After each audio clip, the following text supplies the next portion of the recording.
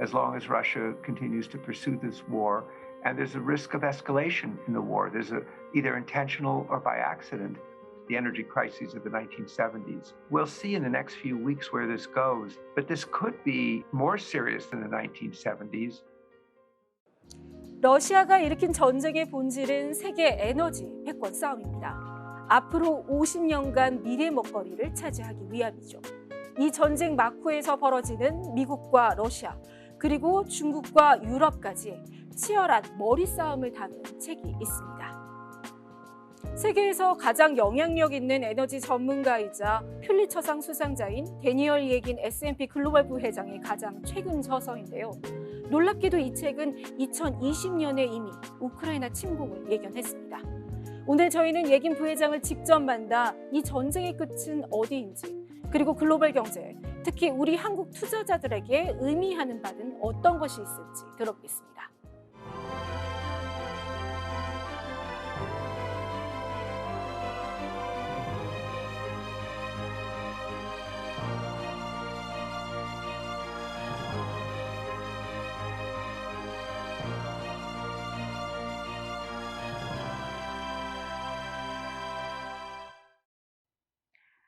This morning, sir, we are delighted to have Energy Guru with us, Dr. Daniel Yegin. He is the Vice Chairman of S&P Global and also a Pulitzer Prize-winning author. Hello, Dr. Yegin. Thanks for joining us today. It's a pleasure to be with you. Thank you.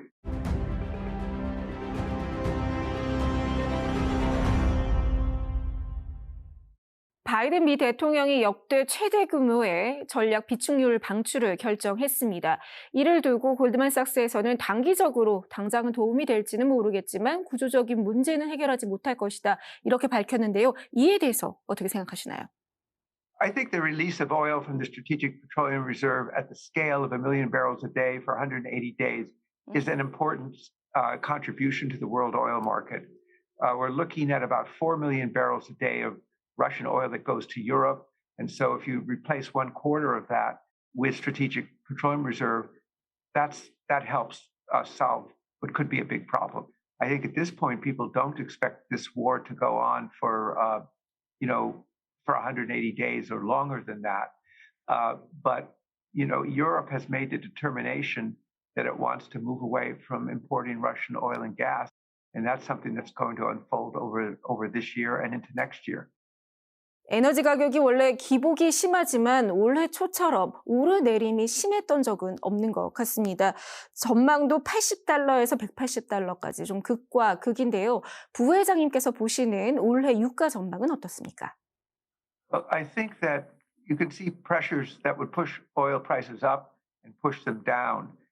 If, for instance, COVID becomes a really big problem in China and Chinese oil demand goes down significantly, that would take some of the pressure off the oil price. If Iranian oil comes back into the market because there's a nuclear deal, that would help the market. But I think, my own view is that there is a lot of risks there that exist and will continue to exist as long as Russia continues to pursue this war. And there's a risk of escalation in the war. There's either intentional or by accident.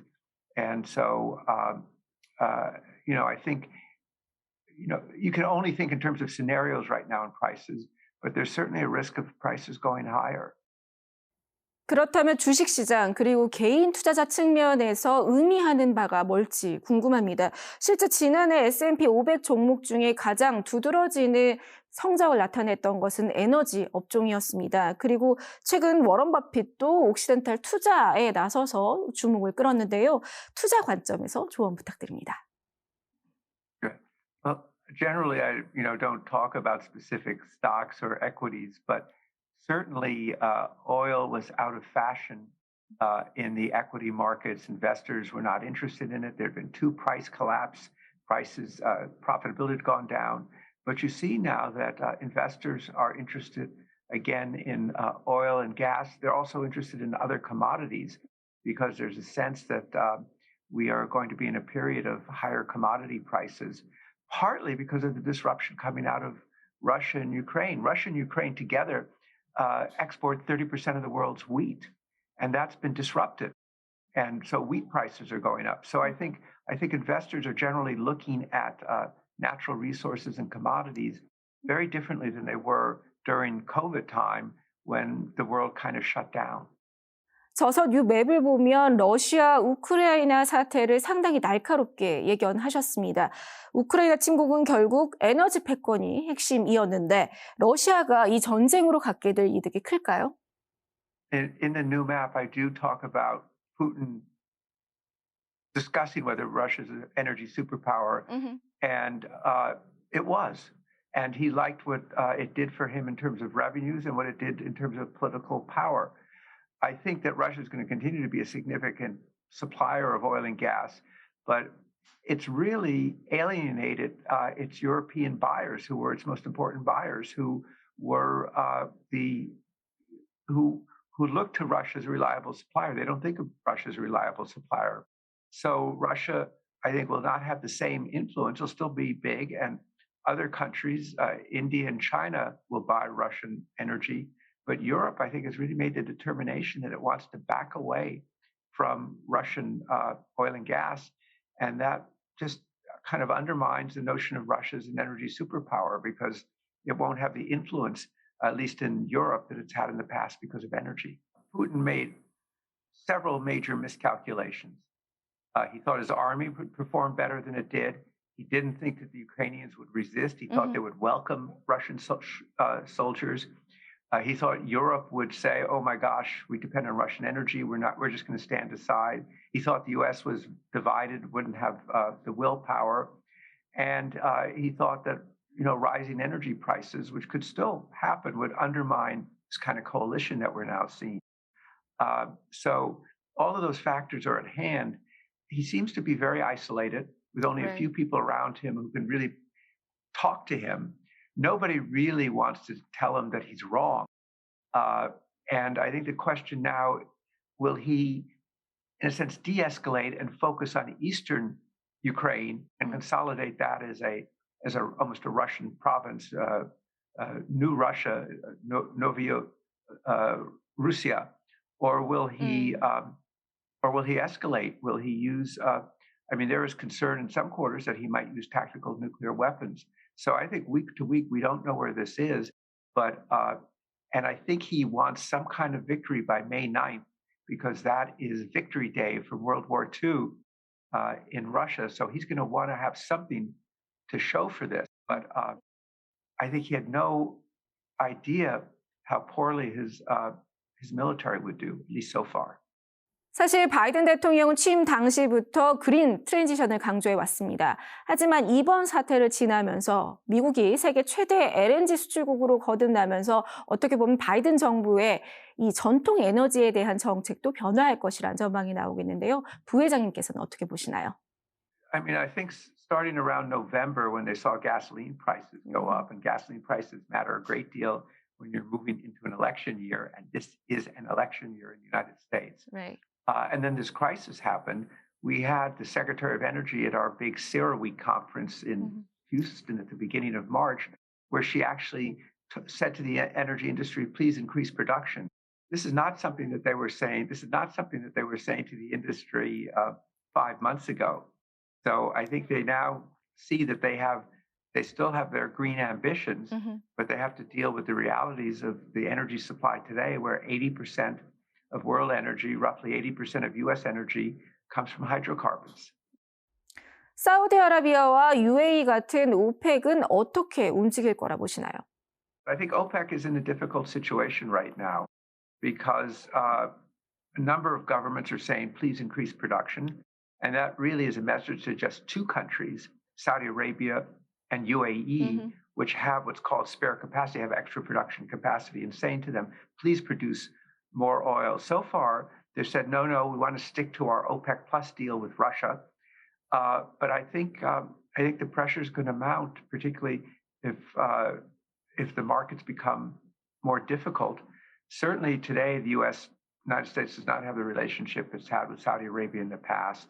And Saudi Arabia is now going to price some of its oil in Chinese currency. And they do talk about a strategic relationship with Russia. So I think it's I think they're in, as one senior Saudi said to me, they're in a hard place right now to know how to manage this situation.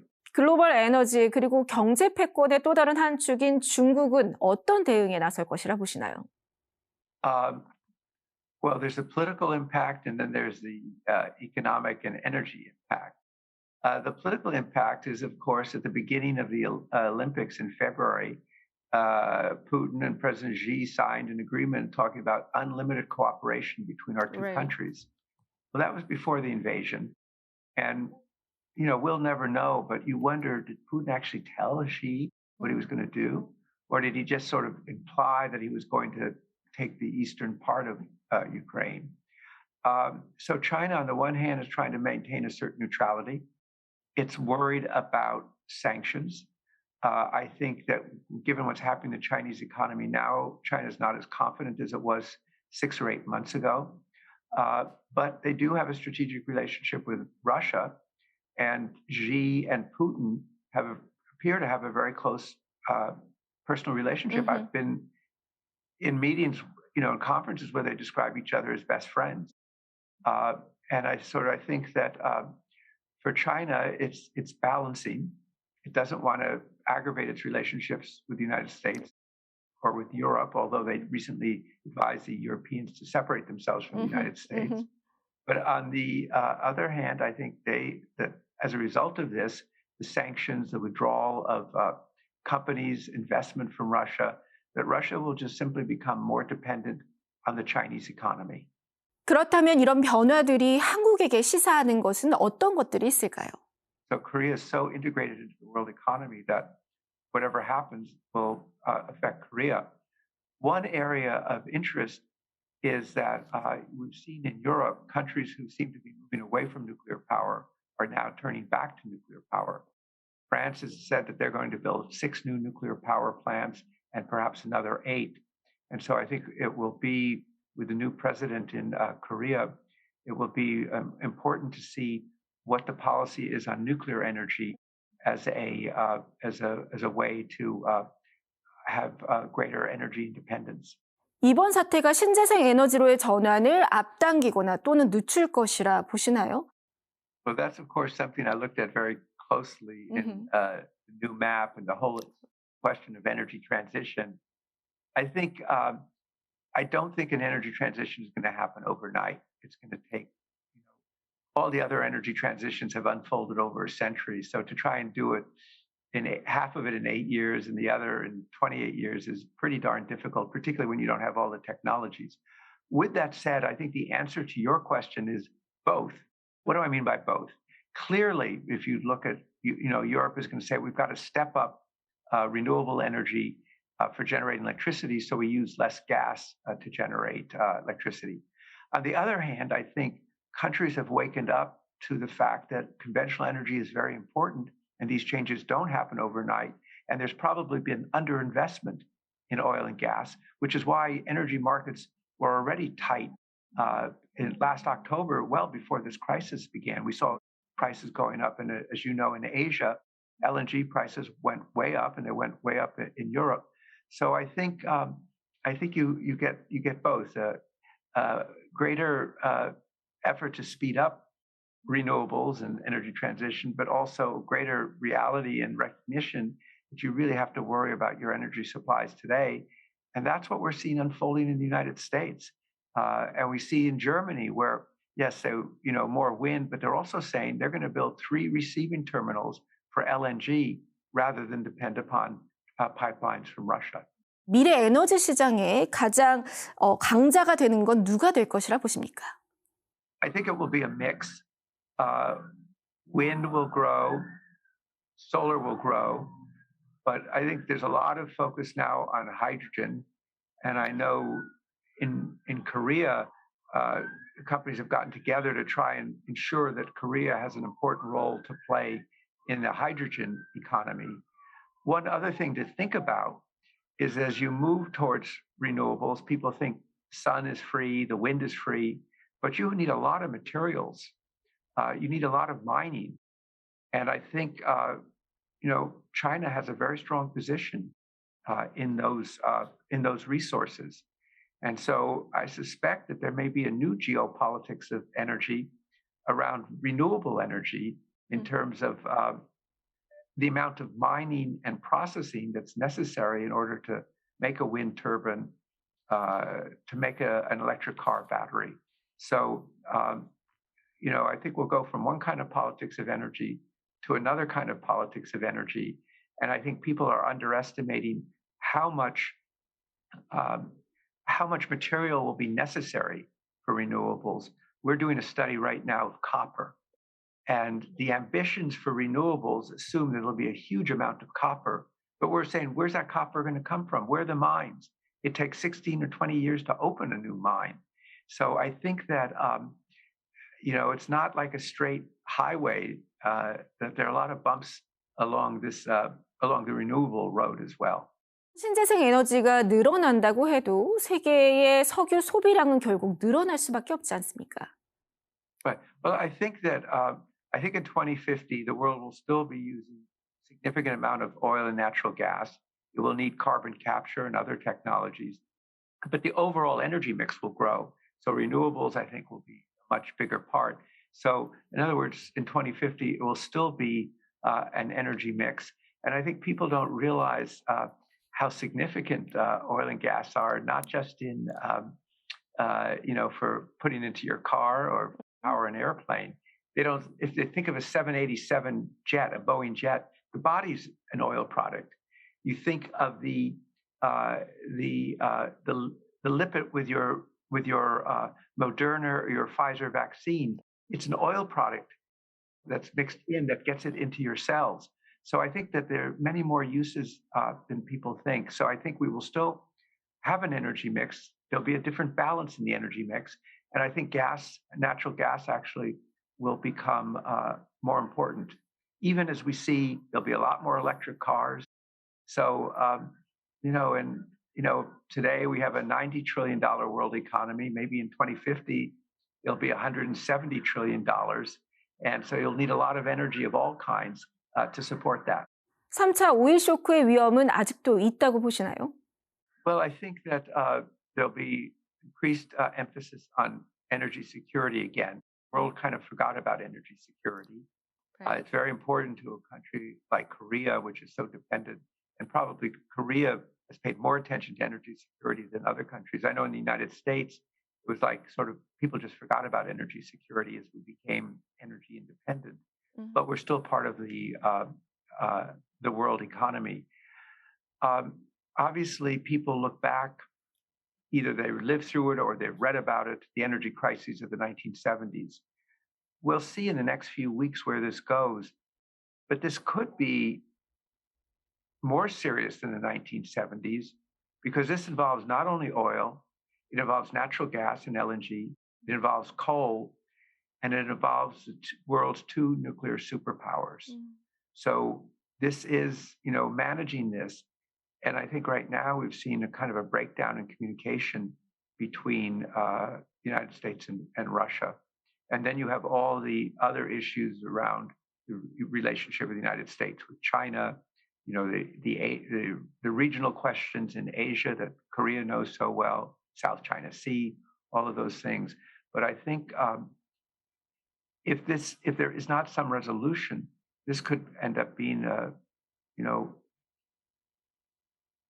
crisis that will be like no other. So I think it takes very wise management and very thoughtful management to ensure that we get to a good outcome and don't end up with either a greater conflict or a recession or a bigger disruption. And I think those are the risks that are out there right now.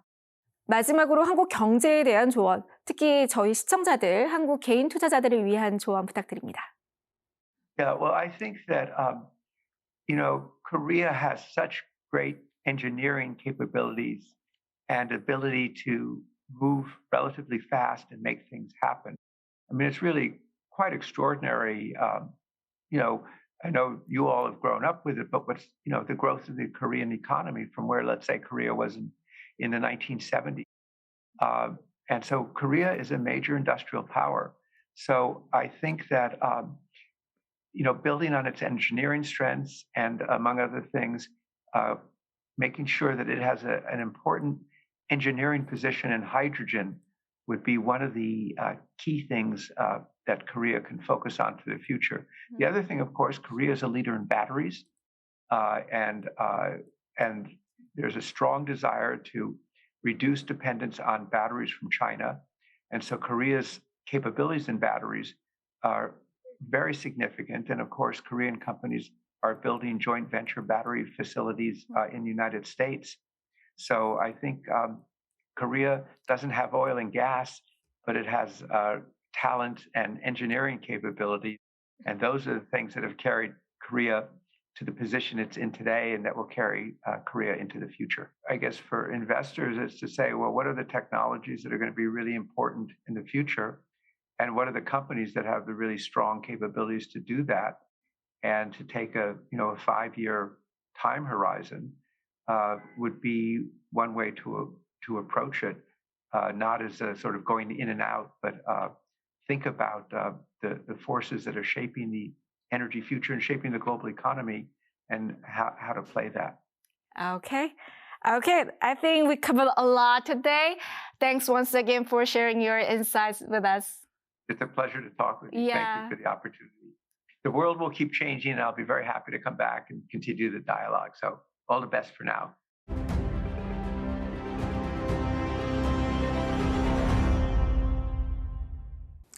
에너지는 식량과 함께 생존을 좌우하는 자원이죠. 최근 우크라 사태를 비롯해 패권 국가들의 자원 확보 각축전으로 세계 에너지 안보 지형도 요동치고 있습니다. 에너지를 통해 촘촘히 연결된 글로벌 경제도 폭풍 초입에 서 있는데 오늘 인터뷰가 투자자들에게 길잡이 같은 등불이 되었으면 합니다. 함께해 주신 여러분 고맙습니다.